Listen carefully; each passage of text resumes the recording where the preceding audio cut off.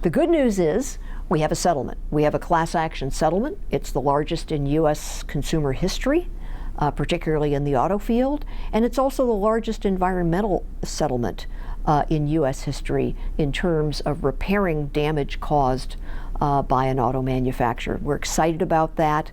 We're excited for the 2-liter TDI owners and lessees who are the class members, because they will not only have the opportunity to have Volkswagen buy back their car at pre-emission scandal values.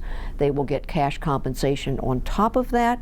They will also have the choice of having their car fixed with EPA-approved modifications to make them emissions compliant.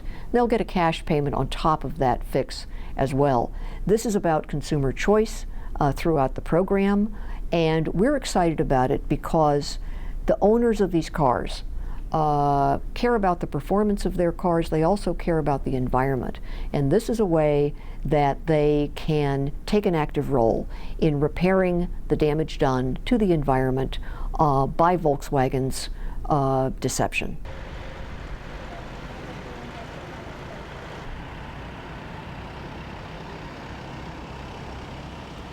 These settlements send a very strong, very loud, very clear message.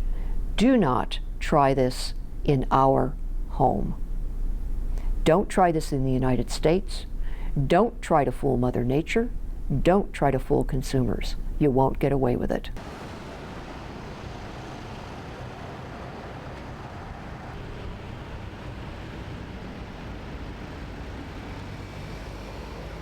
We've been working on this settlement night and day for a number of months. We've become familiar with it.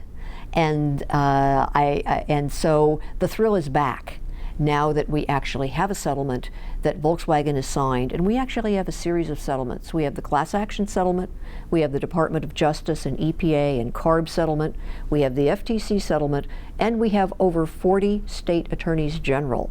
So those settlements are what gives you that combined $15.3 billion figure, money going primarily to class members, but also to the environment.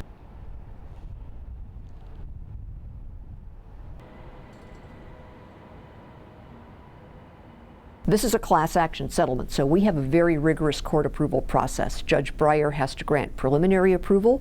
There's a hearing for that on July 26th, next month.